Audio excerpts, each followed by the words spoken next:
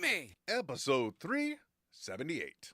You've got to throw some cold water on the situation. Start talking about nerd stuff. You know, nerd culture is mainstream now, so when you use the word nerd derogatorily, it means you're the one that's out of the zeitgeist. System activate. This is NetHeads with Will Wilkins. It's a tech And Tony. podcast. But we are a ton cooler than your typical geek. You guys rock. And now, here's Will. And Tony.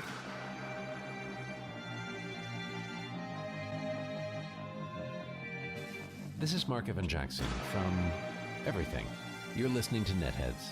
Thank you, good friend. For many years now, Mark Evan Jackson. Sean on The Good Place. If you're like, oh, he's one of those people where the moment you see him, you go, oh, that guy. The principal in Jumanji. What was the name? Oh, okay. Yeah. See? Yeah. Oh, look at that. See? Yeah. There's Tony, by the way, everybody. Hi, everybody. Welcome to another edition of NetHeads. My name is Will. And I'm Tony. Yeah, president in Jumanji. The next level was the remake. Welcome to the Jungle was the first kind of reboot with The Rock. I don't know why I'm going into detail on this, but last week we spent 20 minutes trying to encourage people just to take part in the chat, which you can. One of many ways I can see you chatting in any platform that you are watching us live on. But it seems like the most interaction happens with our good friends chilling at the YouTube. So welcome to all of our YouTubers, including Zach, That Fracking Cat, Michelle Kuzo, already in the house. That's ZB, by the way, Tony, in case you wanted to know. Also, one of the things, too, that I keep putting off, and I really shouldn't, is that I keep wanting to... I literally just forgot what I was going to say there. Oh, I hate it when that happens. Because another thought popped into my mind. I was sitting there talking, and I'm realizing if you watch the video, you may find that things look a little bit different. Used to be that there was an arm. Well, actually, I guess from the camera angle's perspective, you really just see the microphone. But I'm using a different mic arm now. I've kind of moved everything a little over to the right, and it's just a low profile, like 2 or 2.5 foot mic arm that just floats over the desk now. Because I was and dare say I'll else. also say you look a little bit more casual today than normal. Yeah, that's true. I am not wearing the Roosevelt shirt at the moment. I am just wearing a t-shirt. Like I was saying it beforehand because we get a little something extra before and after for our Patreon subscribers. Ours being mine. Tony doesn't see any of that scratch whatsoever. How rude. You don't even see it either. You always invested back in the NetHead crew. Yeah, well, that's true. That's true. Anyway, I'm sorry. I apologize. But what I was saying is that we do a little bit extra for our Patreon subscribers. And like before the show, I'm like, you know what? I really haven't had a good day, which is true. But I have like 101 thoughts going through my mind, Tony. But first, I want to bring up something because in case you guys aren't aware, I will be co-hosting Fandoms with Tony tomorrow over on the Nerd Initiative's YouTube channel. Heaven forbid I put that in the show links just once for NetHeads. Really, it's just constantly a podcast of me tearing myself down, I think, at this point. But this one? Yeah, that's what it's become. It has become the hair shirt that I wear on a regular basis now. Anyway, I will be on Fandoms tomorrow. Right? In case you weren't aware of it. But there's a funny distinction, because I guess I am a taskmaster. Not the cool kind that can do everything that you can do. But like a taskmaster is I must demand a certain level of something. Because any show that you host over on Nerd Initiative, you are sans headphones. But when you do NetHeads... There are two distinct differences. One is typically the microphone is much closer to your mouth, and you wear headphones.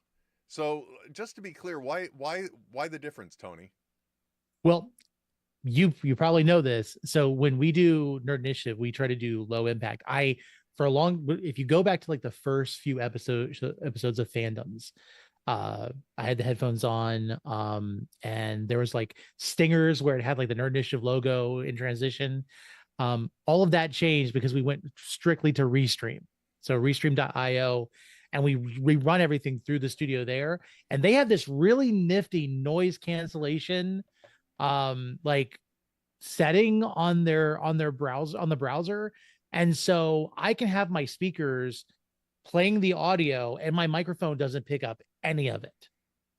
So okay, so just so you know, sitting on the other side of things, being the other guy that's on the other side of the room, you may think it works amazing, but there are times where I am hearing the tail end of me saying something to you. But thank you very much for bringing up Restream, because I was just about to say, when I totally forgot what I was going to say. By the way, guys, click on YouTube. That's where the chat's happening. I just want to make sure I put that out there, because I don't want to spend another 20 minutes encouraging you to go somewhere to chat. Sorry about that. Now, did he remember what he was just about to talk about? Yes. There is something that I played with once before for something that Kevin had done. And I don't know why I haven't re-implemented the plugin. Because one of the cool things about Restream, one of the benefits of it, other than the fact that you don't have to worry about all of the connections being coming to one destination, for example. You can have multiple people in. They don't need any special equipment to run it. Not like I'm using OBS right now. You can just, as long as you have a webcam, you have the ability to do a video show and have it distributed to all social media accounts that you can pay to use. Yeah. Because I think you get 2 for free, and after that, But the other cool thing is that it allows you to do things like click on somebody in the chat and that message pops up on the screen, right? Yeah, which is nice. Which is really nice. It is. It's nice because it helps people feel like they're a part of the program. They feel like, they're being seen, and it gives everyone else a chance to see their name. It's the new version of 15 Minutes of Fame. And there is a functionality that I could do that with on OBS, because I know it's a plugin I've enabled before, but right now I just know it is not enabled, so we're not going to mess with it. But I will try to make it a point to do that and have my prompter finally up next week. Although I have to admit, I do this show on my gaming computer, and I'm really fearful of adding any more USB devices to it. Your computer there, Tony, just do a quick tally. How many USB devices do you have plugged into it right now? Oh, well. Okay. We're going to count. So 1, 2, 3, 4, 5, 6, 7, 8, 9, 10, 11, 12. So 12. 13, 13, 14, 15. 15 devices. At least. I have a problem. That is a high number, sir. And I'm not even counting the fan that I have plugged in via USB to my Corsair keyboard. That right now that, my friend, is what we call a lot. I don't even think, well, okay, since you just pointed at and think, but I've got, and it could be more because I have my Orzopa monitors too. I'm just saying I could have done that. I also have 1, 2, 3, 4. I have 5 monitors going right now. Like my power bill is crazy. I can respect that. Even though, they tell you now that like LCD lighting, whether it's bulbs or the like, they say the difference between running it all the time or, turning it off when you do is like only 3 to 4 cents not a day, like a year difference. Okay. Oh, so, that's good to know. Yeah, I guess. It's still power consumption, and we shouldn't just take it for granted. Anyway, this computer, I know I have 2 USB hubs on it, for example. And that one's got 4. Then there's 5 right off the bat here. 6, 7, 8. Definitely 8. 9 for that webcam behind me. 10 for the connection with the mixing board if I were to use it as a sound device or when I take the recorded files out afterwards. And there's 2 more under the desk and I don't remember what they are. So that's at least 12. Wow, I'm very close to where you're at, man. So, but you say prompter runs just fine, right? Oh yeah. I have a RTX 3060 graphics card. and it has four. It has three DVI ports, and then it has one HDMI. And so my three main monitors are the DVIs, and then I have the HDMI, which is another monitor that I have mounted up higher on the desk. It's on a pole of its own, and then the USB-C that comes from the prompter immediately identifies as an additional monitor. So it has me running 5 monitors. And I love it. When you do that though, because this is the question. This is where I'm going with this particular little tangent. When you do that, do you find, what I'm trying to say is have you noticed anything tricky about which USB port the prompter goes into? Because for whatever reason, my Camlink 4K will only work on this forward port on my PC. If there's it won't work in line with anything else on the other USB ports. So that's why I ask, does producer or prompter, producer is the schmuck that I am right now, is prompter one of those things that it does that, or can you plug it into any port? So I think it does have the adapter, so you can plug it into any USB. It doesn't have to necessarily be a USB-C. What I did find out though was I had a problem where I was running out of ports on my computer, and just hear me out. So I bought a PCI card with, I think it's like 2 USB 3 ports and then 2 USB-Cs. And so I had to add that to it just so that I could make sure I was running it, because I ran out of ports. I didn't think I'd have that problem because I've literally got 2 express USB like adapters, like buses for multiple, because I've got like a number of hard drive, like external hard drives that are running under my desk, and I wouldn't be able to survive if they didn't exist. I forgot that. I've got 2 external hard drives as well. That's 14. Son of a gun. Okay. How many terabytes are you running on your computer? Oh, and I forgot about this USB camera that also sometimes get used. So I've reached God damn it, I reached 15 right there with you, Tony. Oh, and I also have a USB. I didn't think about this. I have a USB DVD drive just in case I need to run a disk on my computer because I don't have a disk drive. Fair enough. And my smart card adapter, because the Ender 3 Pro doesn't work so well being connected to USB. Thank God the K1 Max is Wi-Fi, or else that would have to be connected to the computer as well. And literally the monitor that's up here is showing me what my K1 Max is printing at the moment. Geek Renderer in the chat asking, what's a DVD?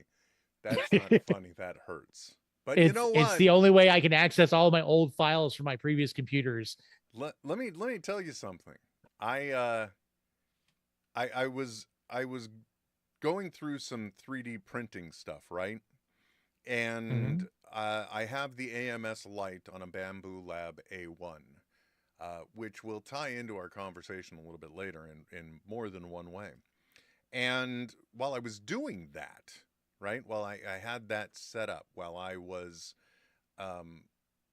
trying to use it, I had one particular reel of filament. I have no idea why this was happening. It just kept falling off. The tension arms, because, look, I'll admit it's weird. It's a centralized post with 3 tension arms that the roll goes over, so the tension arms expand and keep it on the AMS. Yeah. And this one was falling forward. And the big innovation I did in order to make it stay on there was to take a small piece of thin cardboard, rip it up, fold it in half a couple times, and jam it in over each tension arm, much in the same way my mind went to. We would either have to do that for a cassette or I'm really dating myself here, an 8-track. Oh yeah, in the car when they started getting sketchy. So that was a very humbling moment, and a little. I don't want to say really upsetting, but I really hate the things that really identify my age. And that's one. Oh, no, listen. My first television that was in my room was a projection TV from the early 90s that was, my mom was a resident manager, so she had a part this social room that the residents could use. It had this TV that just stopped working. And I found out that if I took a coat hanger and I were to shove it into the back of the TV and push down on a specific connection, the TV would work. So I took that home, and that was in my room for the longest time. Like you find out how to make things. It would be surprising. My childhood was kept together using Scotch tape, duct tape, Elmer's glue, coat hangers, and I'm trying to think what else. Sheesh, cardboard. Look, man, I'm not for nothing, and I'm sorry to put it this way, but that sounds like you're either describing a fire or bodily harm hazard. You sticking a coat hanger in there to make it work? Oh, I mean, you did what you had to do. You know, there was a time when I was a kid that the main television went out, and we did have a small black and white TV. And there was a very long period of time, because I had a single mom. It was a long period of time. That's the way I watch television. I can literally hear the difference when usually I'm talking right here, because that other mic arm puts the mic right in front of my face. This one, because of the way the beautiful, wonderful SM7B industry standard for podcasting works, getting the right angle is a little challenging. I'm not gonna lie. And I like my mono, as long as I keep in the right sphere to be heard. So yeah, but then again, I remember back in the days I would also jiggle the channels for an old cable box so we could get Showtime temporarily. Anyway. Oh no! Listen, do you remember the little tubes that went onto the the cord? Yeah. Or maybe there was that, and then this tells you how old I am. Whereas you could just change the input on your television now, or it has an ARC connection, so you can actually turn something on and automatically turns the TV or whatever else on. In order to watch movies, I had to go and get in the back of the entertainment center and switch the cable from the cable box to the VCR. Oh, I remember doing that. I definitely lived that lifestyle. I don't know why. I don't know why, but it always seemed like if you had one of those VCRs that could record, at least in the early 90s, all the input port always broke on it. And so you always had to switch over. You couldn't just have the cable running in the VCR and then the VCR up to the TV. It just didn't work. You know, Tony, I'm looking behind you, and I'm noticing that the Daily Bugle looks a little shinier than it used to. Isn't it? It's so beautiful. Let me get over here. You actually see it. For those of you that are listening on, there's not like a painting behind. If you're listening to the podcast, Tony has the very sought after and very expensive Lego Daily Bugle Spider-Man Lego set, and now it is illuminated. My only question is, in lighting that thing up, how much did you have to take off of it? So it's actually kind of nicer than I thought. So each of the different levels come off automatically. So you can go to ground level, whatever, and then the facades come off. And so basically, I just had to take each level off, and there was maybe, I would probably say, no more than 5 actual pieces that I had to replace with whatever they had. And it was mostly just like pulling off a brick, running the wire under it, and then just sticking the actual light pieces on to a certain part of it. And then like I have to take it like for the billboard as it's lit up. You just take that off, and then there's like a strip that you just put on it to give it that nice little blue glow right here. And then for the little taxi cab, like you just take off the translucent stuff, and you can't see it on here. And if I push this up don't bother. It's okay. You can just describe it. You can see it lights all the way up to the tower there. Very impressive. And where does a person get a light kit like that? So it's a website called LelightGo, LelightGo, LelightGo.com. I will say these can be expensive.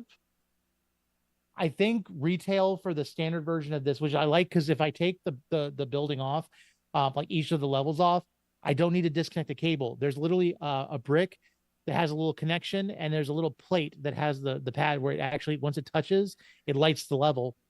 No more than $59. Oh. Whereas I think when I first started looking to light this, it was going to be like $150. And so I'm extremely happy. You can pay more and get a remote control to control it, or you can even get a little speaker that goes into it, and it does like different audio clips for Spider-Man. So Oh wow. it's worth it. If you're- I may so- go the route, I would just say I may go the route for the light kit and the sound system for the Avengers Tower. Avengers Tower. Man, you've got like two of the only Lego sets that I would actually really want, and I would basically display them somewhere in my house like art, because because they're cool, man. I mean, look at me. I got Iron Man and Spider-Man busting out through the wall behind me. Clearly, I'm a fan. Tony. Oh yeah. I don't know if you heard about this. It wasn't a major news story, but the other part of it is becoming a major news story. And that is the fact that Paramount Plus, the parent company that owns it, Paramount, has essentially said out loud, and it was a news story like a few weeks ago, that Paramount Plus in itself is not profitable to run. And, you know, they're looking at options. So much so, I think Discovery is interested in partnering up and bundling. Yeah, so they just said the quiet thing out loud. Yeah.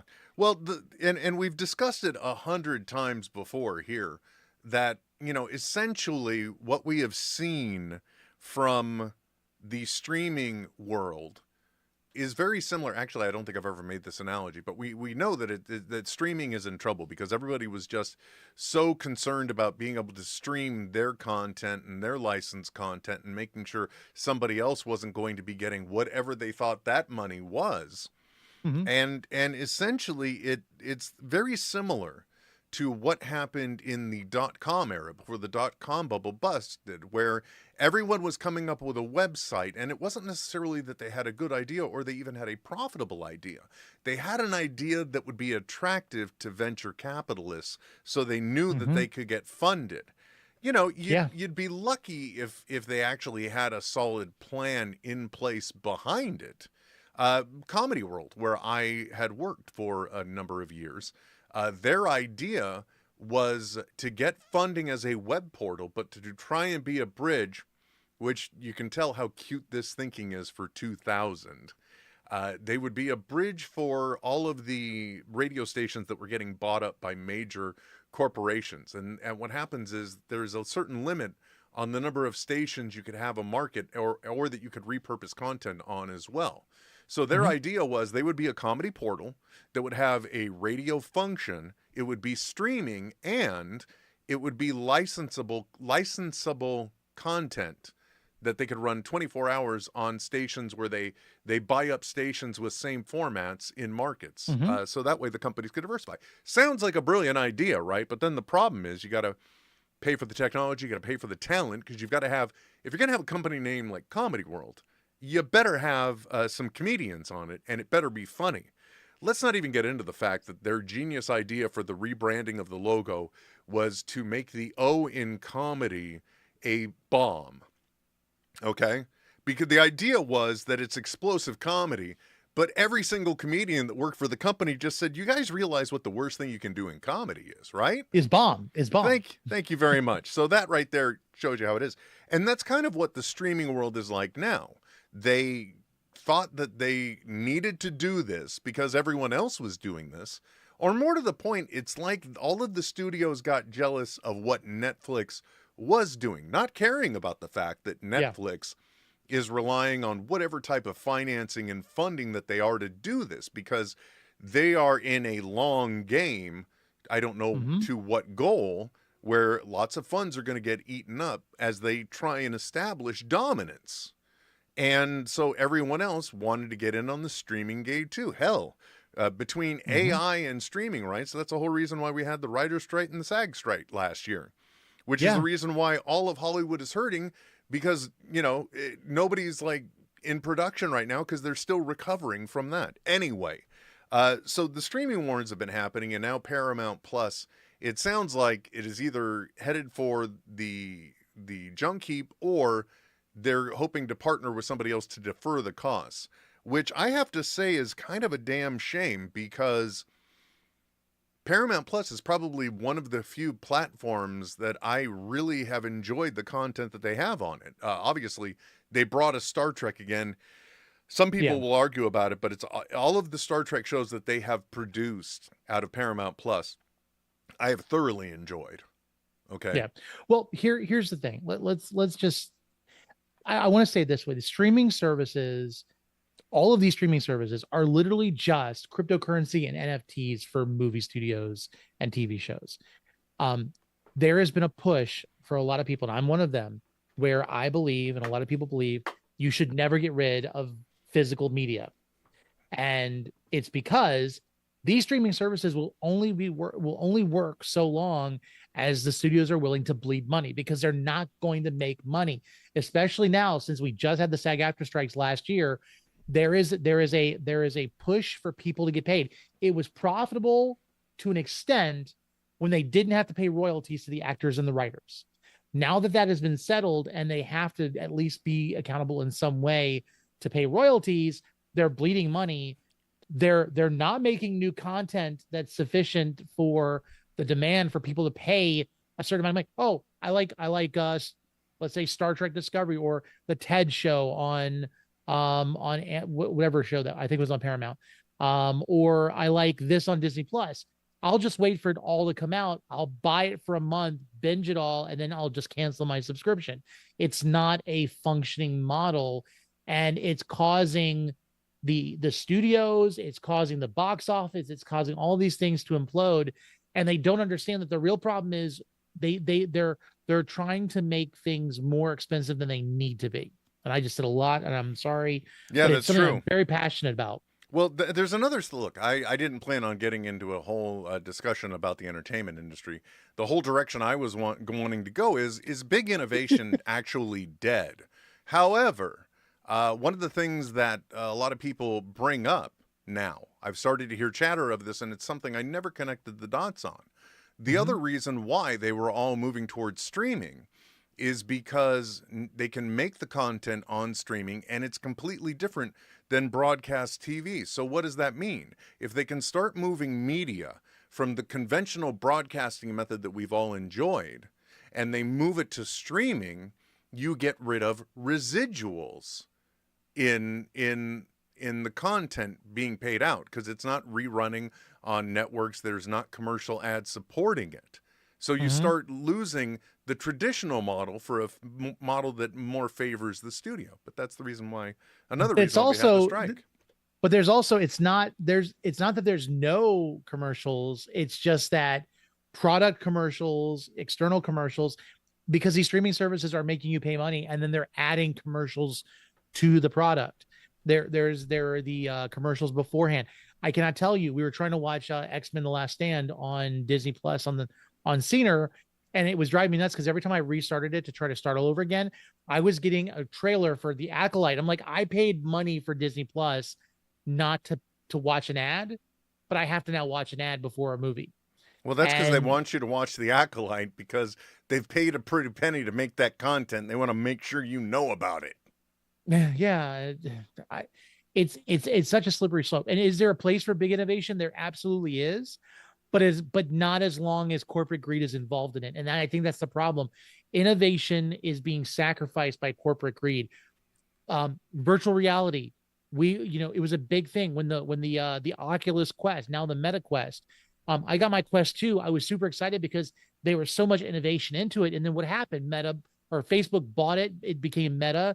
And now it's stagnant, and it's something that I'm not super interested in delving more into. And then, of course, Apple wants to get into it, and then they're making exclusives for Apple Vision Pros that the common person is not going to be able to get an access to. And so, well, not only that, the Apple Vision Pro is a piece of technology that they made because they felt they needed to in order to remain relevant in the tech industry. And the final design is too heavy. The battery life isn't long enough. People have complaints, right? Yeah, absolutely. So, I don't understand, man. But that kind of takes me where we're going here. Is innovation dead? I think the problem is that with everyone rushing to figure out ways to do things and then not necessarily thinking the cost through, it endangers the technology. Look, we don't want to get into some of the stuff we saw during the dot-com bubble bursting. That was almost kind of like the precursor for the entire housing collapse. It seemed like it was one thing after another within the same decade. A housing crisis hit, which I actually had a boss that predicted that was going to happen, and it scared the living hell out of me that he figured that out. By the way, the chat is in its own complete world. I don't think they realize we're actually doing a show anymore, to be perfectly honest, but that's great. Hey, Randy Chang is also joining us. Thank you, sir. And the other frustrating thing about the ads, because like on Paramount Plus, I have there's so much bundling.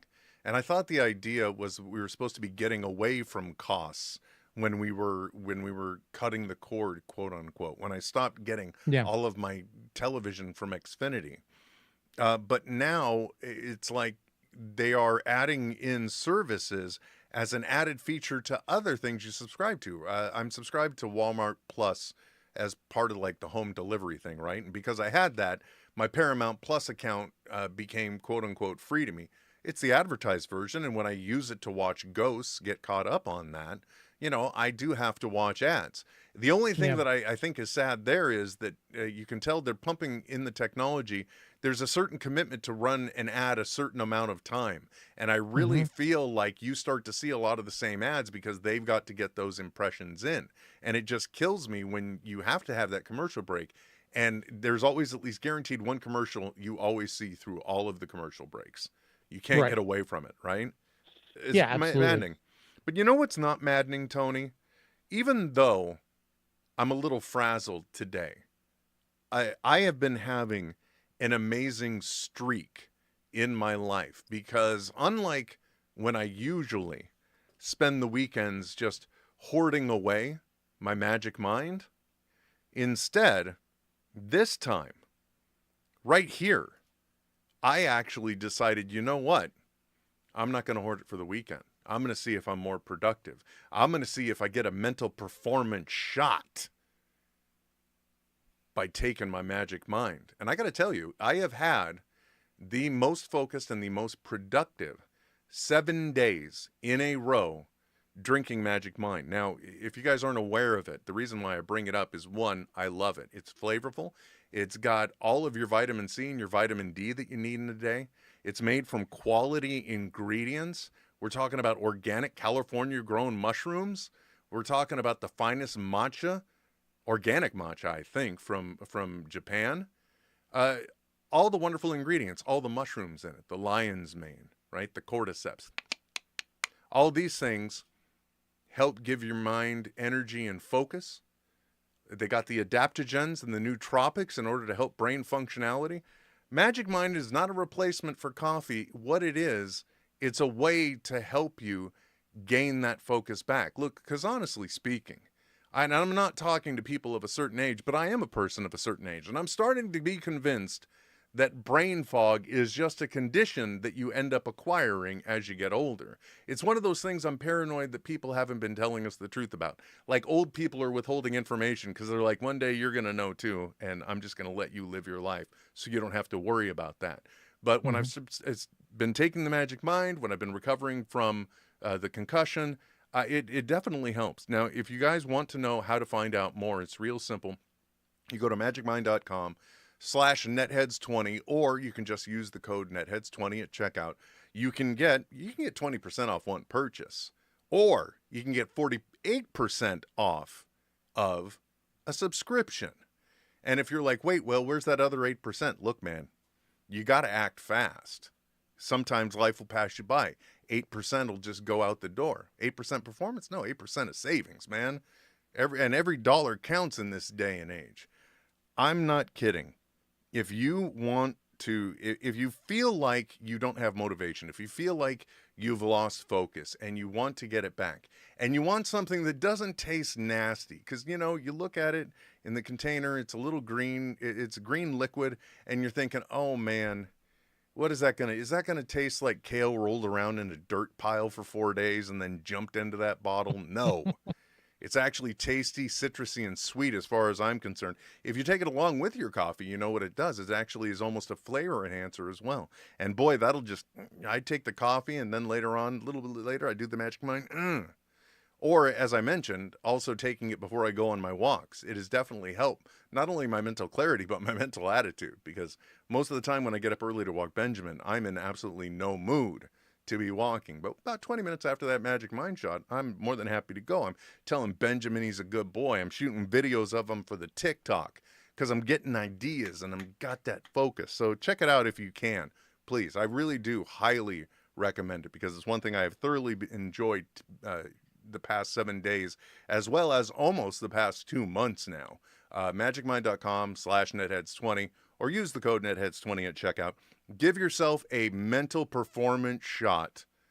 Get 20% off a purchase or a single purchase or 48% off your first subscription over at magicmind.com/netheads20.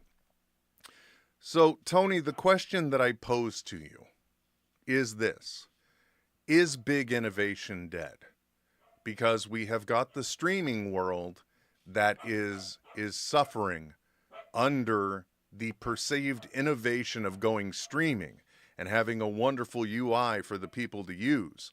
And in the long run, they discovered, wait a minute, we're just not monetizing this and we're bleeding money. We're diluting products, right? Is big innovation dead?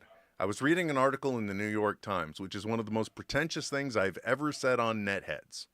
But it was about I don't remember if you remember the human AI pin, right?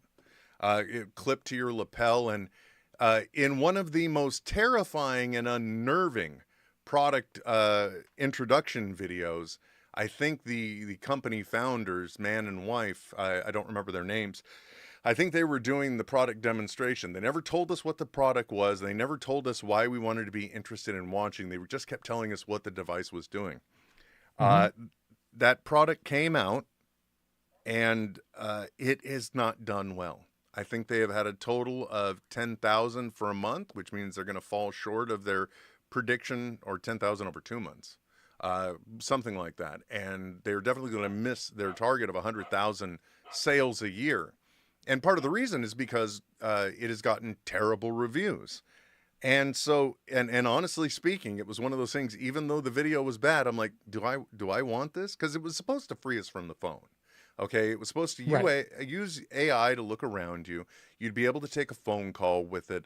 You could even, if you needed to see a display, like read a message, instead of having it read to you, it would have a laser projector in order to produce an image that you could read, and you could even function and interact with. We're talking, I would say, definitely beta Tony Stark territory in this case, meaning definitely not ready for prime time, not a gold image, but definitely some early stages of the stuff that we saw in all the wonderful Avengers movies.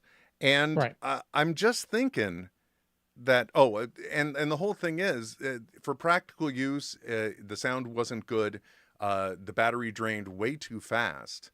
And also, it would overheat. As a matter of fact, they are even encouraging people, Tony, now to not use the battery charging cartridge for it out of fire hazard. It could combust. And so is big innovation dead? Have we hit the point where technology is so advanced that people think they can take us to the next level, and they're missing things? Now, if you read the New York Times article about this, the interesting thing here is that they weren't exactly, I think one of them was a former, or they were both former Apple employees or engineers, and they weren't exactly fostering a productive environment for feedback, is the best way to put it. So, you know, all they wanted to hear was the good stuff, and anything that was a concern they deferred until later. I'm not saying it was like that whole thing that we saw with Elizabeth, what's her name, and the blood scanning machine. But, you know, it seemed, because that one was just plain old fraud. But this is a thing where they thought they had an idea that was good, and it bit them in the ass.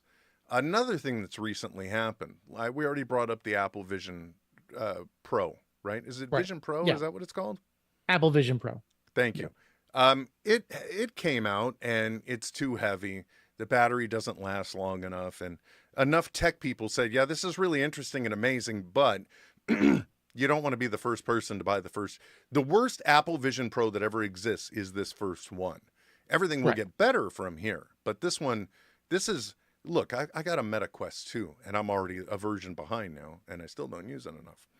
But, the question is innovation dead? Because that, a thing where really the thought of augmented reality and virtual reality powered by the engineers and the minds at Apple is something that should have curled my toes instead of curdling my milk, which is what it did. And finally, another thing that I would think of that is pretty interesting is that recently a printer I had just bought, as I've made mention on the show, I had been 3D printing things while my printer was actually under recall because there were, I think, fire hazard concerns if the cable that went from the build plate into the 3D printer had been crimped in shipping. So there were hazards and dangers there, or if you had it too close to a wall. So much so that I got a brand new free, what is the thing that the build plate goes on to? What is that called? Oh, the heat pad or the...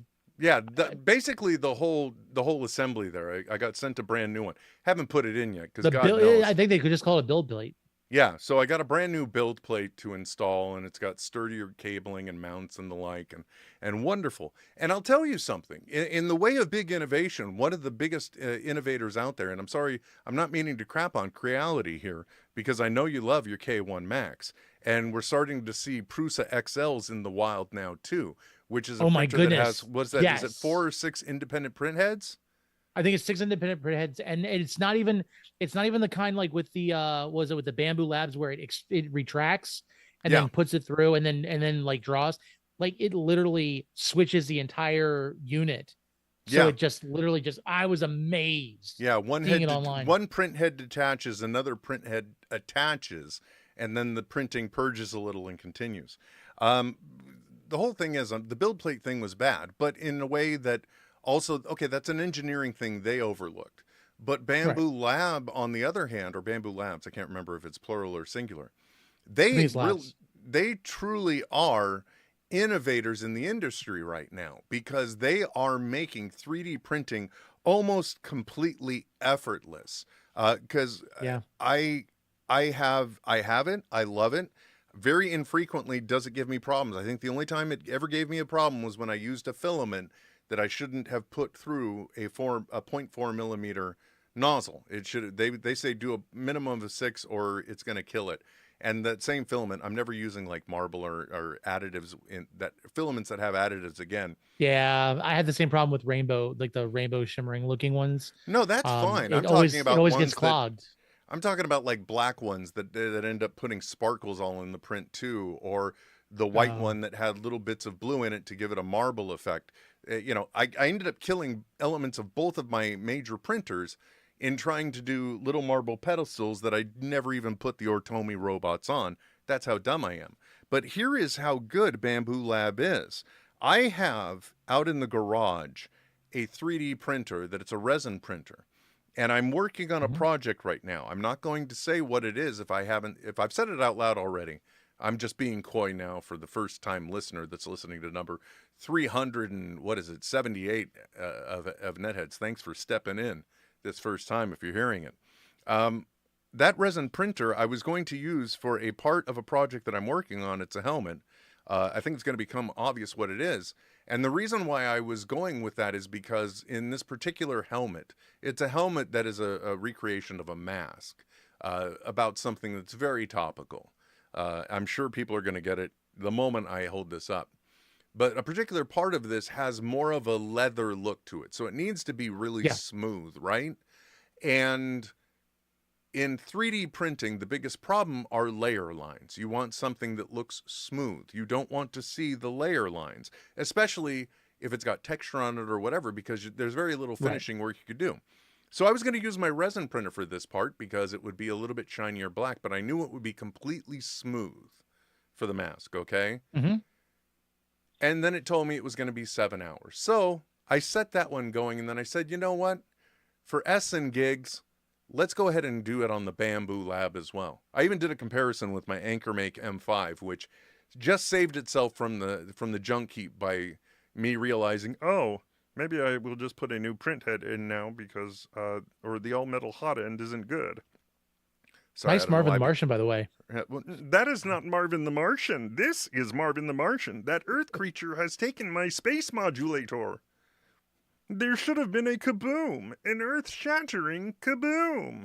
You do that way too well. It's really terrifying the way that Marvin the Martian easily comes out of my mouth. Yes, I said that on purpose.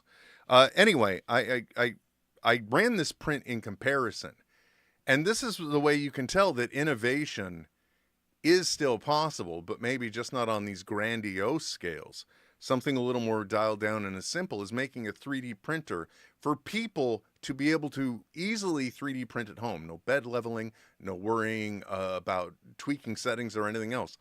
I'm about to show you something that was, all I had to do was tell the printer the type of filament it was. This was PLA plus, so it's PLA that can be printed at a higher rate.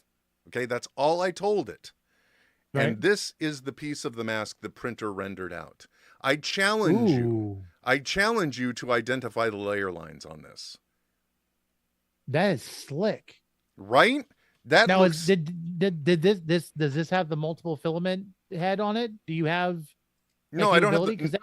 No. That's that white looks beautiful. Yeah, no, that was me gluing that separate part in. I'm still a person that the only reason why I haven't really messed with the AMS, so the multiple filament management system, the only reason why I haven't messed with it much is because the concept of the purge towers really bothered me every time I saw them on other people's videos, because what it does, in order to switch between the colors, in order to make sure they don't bleed together, it needs to purge out a certain amount of filament, and it also wants to make sure that it transitions between the colors enough so that there isn't any of that bleed.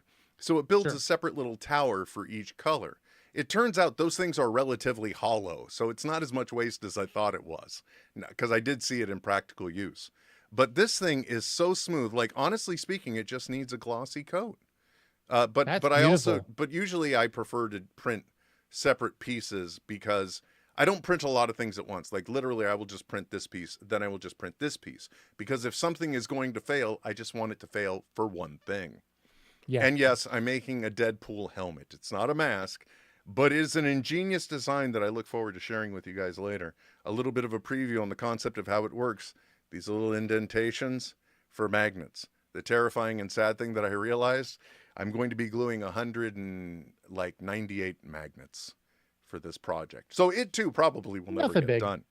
But Bamboo Lab has created an environment where anyone, like if you ever wanted to get into 3D printing, but you were intimidated by it, no, I'm not selling them. This is not an ad. They really are a nearly effortless printer. And when I compare it against my AnchorMake M5, both of the Bamboo Lab, a lot of 3D printing companies, for some reason, they like to kick off on Kickstarter now. They like to run these things so that way they get the money in advance and they really see what the interest is out there. And Bamboo Labs came out on with a major first swing with the X1 Carbon, which was the first one that they had an AMS system. And instead of a bed slinger like the ones I have where the print bed goes back and forth, that one is the type where the arm is what moves in the print. And instead of going up from the build plate goes down from the print head. And it was an innovation. It was amazing, and a lot of people were having a great time working with it. I think the AMS had some issues in the long run, but again, the capability of printing and the idea of taking something that you want to print and making it a reality, much easier. And then they came out with the A1 Mini, which is the smaller version of the one I got, the A1, which is similar to the printer I backed on Kickstarter. Thanks, Uncle Jesse, which was the AnchorMake M5. It is a solid, sturdy machine when it works. But the whole print assembly in itself is very old school. Okay, you have to take apart a lot of things in order to do work on it. If I want to switch the nozzle, the size of the hole that the filament comes through, from a 0.4 to a 0.6 on the Bamboo Lab, on the A1, I take off one cover, I release one tension clip, I can pull the 0.4 millimeter out. I can put the 0.6 millimeter in. It reads an RFID chip on it, and it knows what nozzle is in there. Bob's your uncle. I'm printing higher volume with a 0.6 millimeter nozzle. Doesn't the bamboo printers also have the ability of reading an RF chip on the spools that are made by bamboo? If I were willing to spend the money to buy the filament that they make, or if I were to hack RFID chips to just put it on there, it would automatically know the type of filament and the color and everything else. Again, they're making it as effortless as possible. They are also in the world of filament, guys. The biggest the biggest problem are the spools that the filament is spun around. Yep. Plastic ones, obviously you can recycle them or send them back, but 3D printing, a lot of people have concerns about waste and economical impact or ecological impact. I completely understand. And these spools are like the primary issue. But Bamboo Lab, they're of the idea and of the opinion you can print up your own spool holder and they will just send their filament spoolless, so you can just put it on the spool as well and attach the RFID thing or the and that's been going for a is. while. I remember when I first got my Ender 3 Pro, they had the that you could buy filament either as spooled or spoolless, and you could get the spool where you could screw it up, put the spoolless filament in, and then just screw it back up. And I did that for a little bit, but then at the same time, like, I'll be honest with you, like, I have a Creality K1 Max, and it has the bed where the bed goes down, just like you said, the extruder arm moves. And one of the things that I found was, like, those spools, when you use them up, there are lots of different 3D prints that you can actually turn them into toolkits. So That's there funny. are ways. Yeah. I've seen them use as toolkits. I think there's also like a hydrophonic tower that you can do with them. Like, there's a lot of different things where you can like stack them up and make them useful. Well, that's good. Thankfully, it seems like the majority of, I'm looking right now and I'm seeing 1, 2, 3, 4 spools that are cardboard covered and one that is plastic. And the plastic ones I just put in the recycling bin and hope for the best. Thankfully, I prefer to work with people that have cardboard with their spools. But I really would like to also just get into a spoolless system and be able to have just have those reusable spools. But anyway, the whole point is, if you've been looking into 3D printing, there are innovations that make it nearly effortless. I say nearly effortless because there are still certain things that you need to know to finesse your print. Like these things, that particular eye cover that I showed you, I actually printed along this edge, right? And I did so at about, I'm guessing that's like a 35-degree angle off the top, or like a 65-degree angle coming off the floor. Something along those lines. And supports would get built to hold this up. And I did that so that way I would create minimal surface plate coverage for stuff to have to finish. But also I would be controlling the way that the layer lines went, and the supports I knew would hold it up, and everything that would have supports on it pretty much wouldn't be the facing piece. So you do have to eventually learn those things. But Bamboo Labs, even in the slicer, which is based off the Prusa slicer, I believe, is just, you can click a button and it will more often than not auto align it just right. You know what's funny is I think I actually showed you the print that I didn't, or that I ran on the M5. Maybe. This one was definitely done on the Bamboo. But this is also a great filament. I should have really called it out, because it's not often you find a good matte finished filament. And this one is. It's not glossy. It lets me control the gloss that I want to apply to it later. No, the right eye was the one on the M5, I think. But anyway, that's one, cool. Like, I had to literally I spent as long as it took one of these to print working on my M5 to get it working again.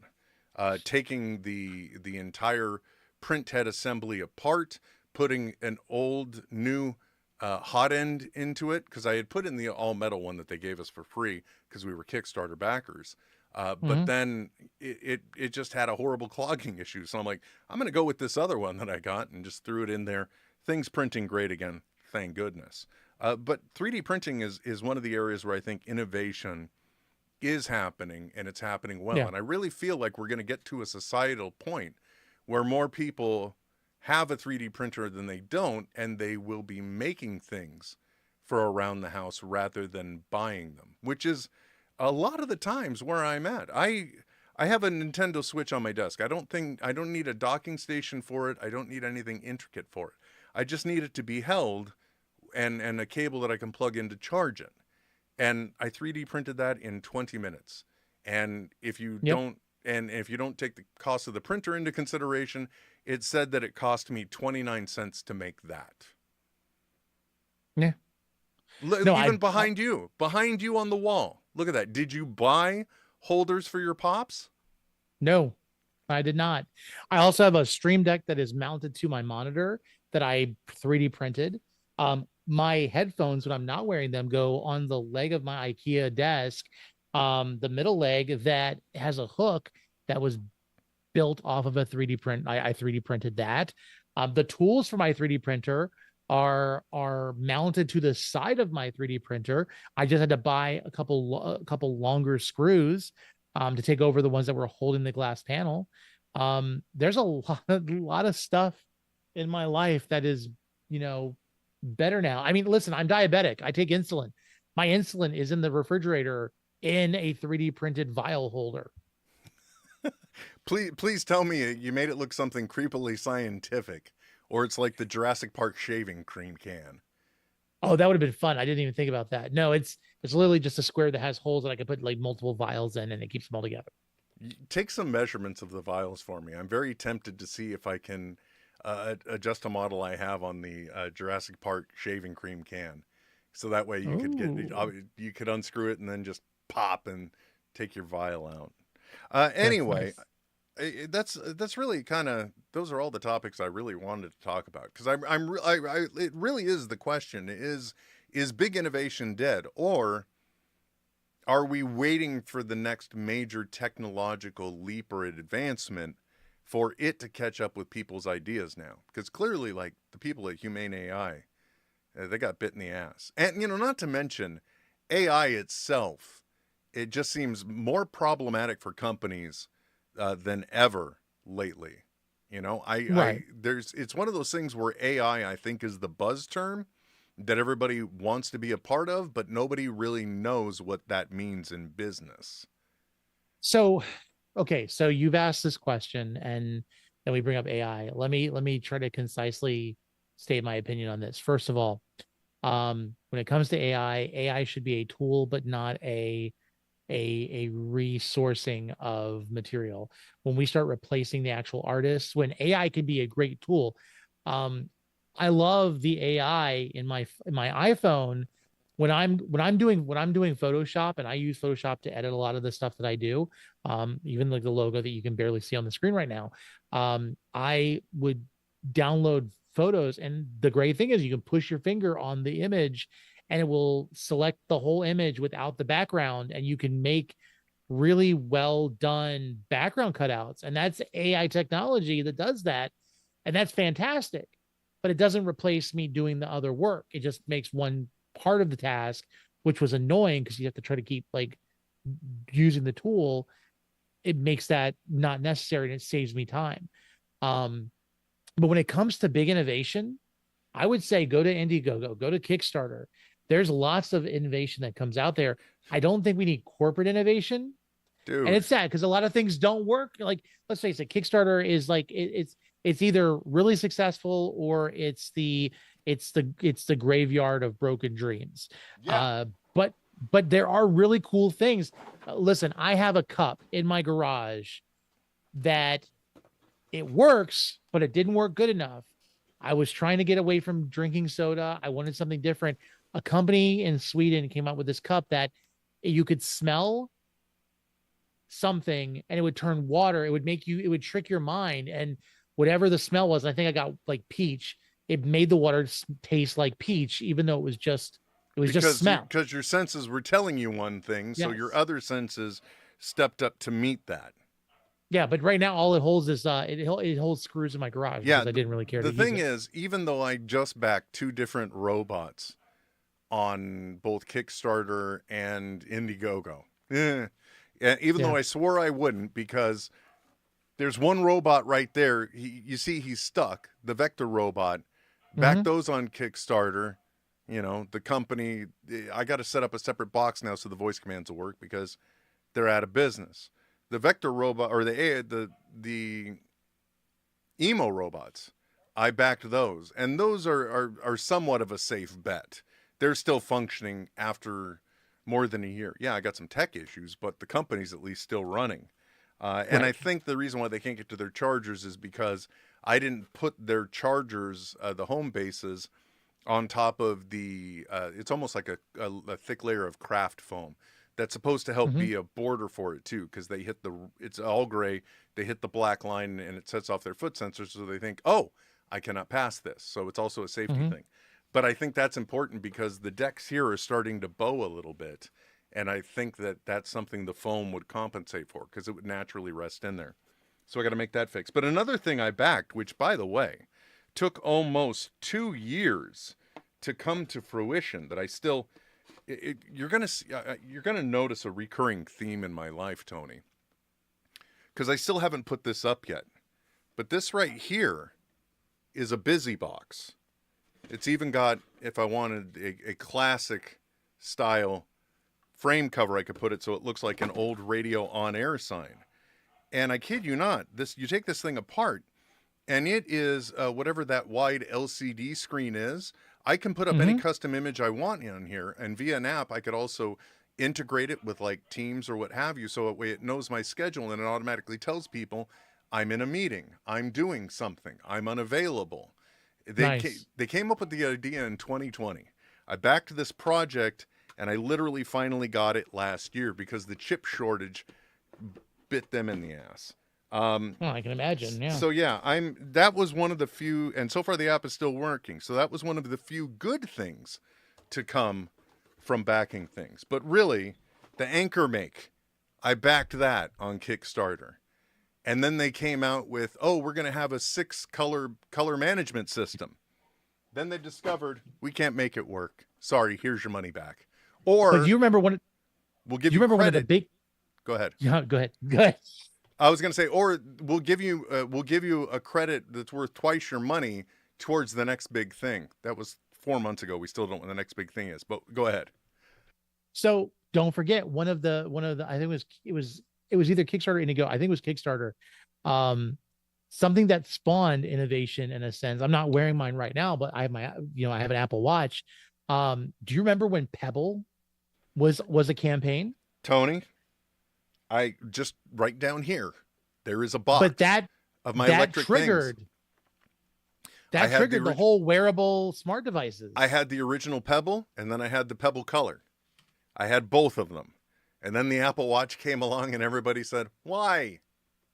That was it. But Pebble had a patent that probably got paid because of Apple Watch. I believe they patented something where like the Samsung Watch, the Apple Watch, because it was very convenient that they did that and it was successful. And all of a sudden these big industries were making wearable devices. And I think that's where you've got to these small innovations lead to big innovations.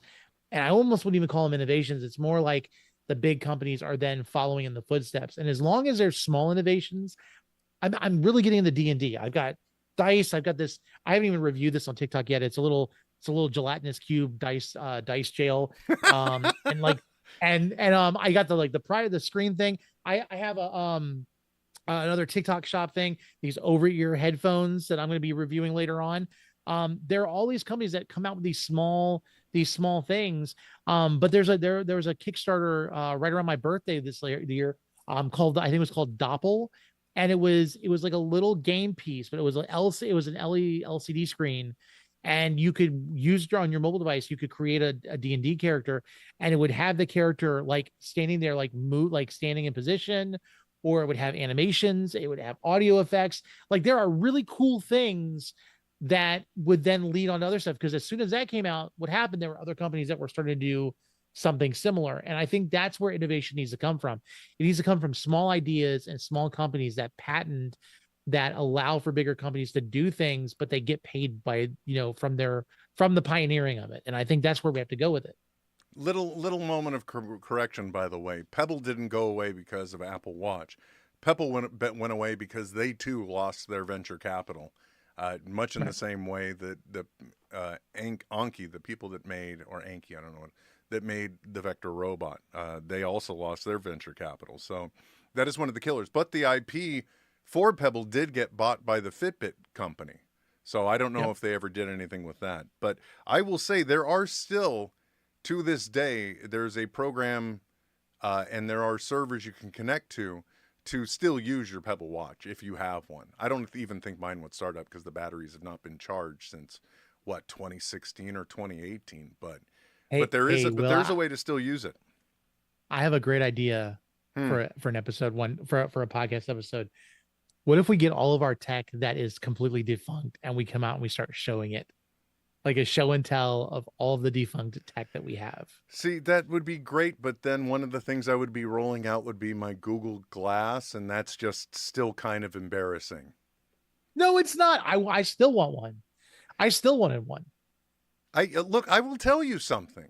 Other than the biggest problem, I think, was them not coming out with something built into it where the camera can instantly just be covered. So that way people, when you're walking around, people could tell you wouldn't be recording.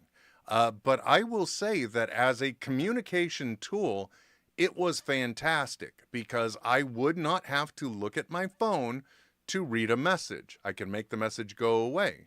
You could scroll past things. You could have it read the messages to you.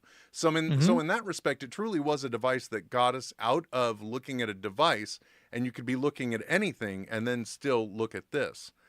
It was great in that respect. The coolest thing that ever happened with the Google Glass was I think there was a science teacher who went to the CERN Super Collider and live streamed for his class. I tried to use it to live stream the Streamy Awards once, and that I had poor reception, so that's why that didn't work. But I will say, too, some of the best Disneyland footage I have ever shot on rides, because I think it was like one of the last times I went. My lenses were prescription, and it was color transitioning, so I just used those as my sunglasses. And like the Cars ride and everything else, I just ran footage on not Tower of Terror, but Guardians of the Galaxy Operation Escape or whatever it is, which is a modified Mission Breakout, which is a Tower of Terror thing, redressed. And that was the footage wasn't so hot when everything was moving because it was just a bunch of people screaming, but the brief moments of animation, they came through really well. And the cool thing is, jealous. Everything that you shoot technically is from your perspective. The camera lens almost emulates what your regular field of vision is. When Blair was born, I really wanted to wear my Google Glass so I could literally record the first moment I saw my daughter, and it would be a moment I could relive from that perspective. But the hospital wouldn't allow it. So such is life. But yeah, I would be okay. I think your wife is probably also appreciative that you didn't do that. Yeah, and I think... But the thing is, if we're going to do this, if we're going to roll out old tech, old defunct tech that don't work no more, if we're really going to do that, is it going to be a competition, and how do we decide a winner? I don't know if it could be a competition because I don't think I have as much as you do. I'll be honest. Because I see when I stopped getting stuff, like I was an early adopter of the Echo Ring from Amazon, but then I turned around and sold it because I was like, I'm not keeping this. I'll tell you something. If there's any bit of technology, one of the things that I was an addict to, like I could probably pull out from somewhere in this house, I don't know if you remember it, a body bug. Okay. And that was something you wore in your arm, and it took your basal temperature, tracked your movement, and tried to essentially determine how many calories you were burning, et cetera, et cetera. And I wore that thing for God only knows how many years. I had the Nike Plus, the little thing that went inside your shoe. When you ran, it would track your metrics. Yes, absolutely. I had that. I still have one of those. I even had, what I probably still have around here is a Nike Fuel Band, which is they tried to come up with their own unit yeah. of energy measurement. Mhm. But I'm not here to talk about that. What I was going to say is the one piece of technology, wearable tech, in regards to your health that I'm still tempted to get. I think it's called the Aura Ring, and I only want it because it takes so many frequent measurements. I have a friend that uses, our coworker that uses it, has it, and he said, and the darndest thing is that it'll give you an alert in the app that supports the Ring, and it'll tell you we've got some bad news. You're getting sick. Because it tracks the change in body temperature so well, and their algorithm is so good at determining. It can tell if your temperature is like starting to drop right before it's going to go up because you're ill. So I'm very tempted to get it for just that reason, but that's not enough reason to waste money, I think. Plus, I will my tell you weight fluctuates so much, I don't think I want to put a ring through that. I will tell you that the most telling thing for me in my life was when I first got my Apple Watch. Of course, it checks heart rate and stuff like that.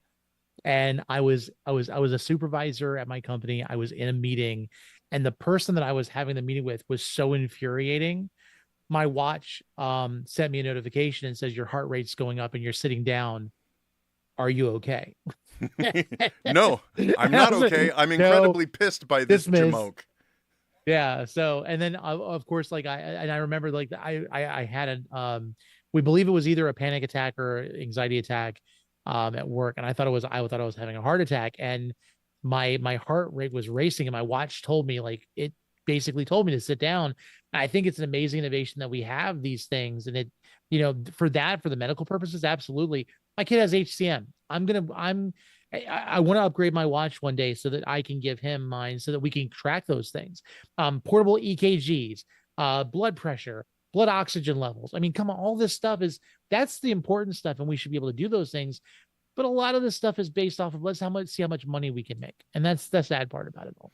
Yeah, well, and the other favorite thing that I love on those morning walks after I've taken my Magic Mind, don't forget, magicmind.com/netheads20 for 20% off, or off a purchase, or 48% off a subscription. Give yourself give your brain a mental shot of focus with Magic Mind. One of the things that I love when I go on my walks, whatever the fitness settings were when I set up my watch, clearly the bar was set exceptionally low, because before I'm even done with the walk, it tells me my exercise ring is closed. And what are the other rings? There's exercise, there's standing, just movement. So by the end of the walk, movement will be done. And shortly after that, I'll get the standing one. So it's just kind of like, man, way to set the bar low to feel successful. And if that isn't NetHeads, I don't know what is. Yeah. And the saddest part for me was the day that I was walking up the steps. I said, "Oh, look, you closed your rings." Look, man, I'm just walking here. Thanks for calling me out. Yeah. When tech calls you out, it is a shameful thing. But what's not shameful is you all joining us here today. Thank you so much. We really appreciate anyone that's willing to commit any time to our foolishness. Don't forget, you can find Tony everywhere on social media. He is at Mr. Marvelite. I almost want to say at in front of everything. I'm that Will Wilkins everywhere. You've been listening to NetHeads. Until next time, folks, live long and prosper. And may the force be with you. And also with you. We lift up our hearts. No, wait, that's the wrong thing. NetHeads. We'll be back soon. Goodbye. This has been a Smodco Internet production. SIP. Only at smodcast.com. You see, I told you so. Sometimes you go in without a plan and good things happen, Tony. Oh, absolutely. And this is a fun episode. I appreciated it. Awesome. Yeah. Now I got to go find all my junk. Oh, so do I.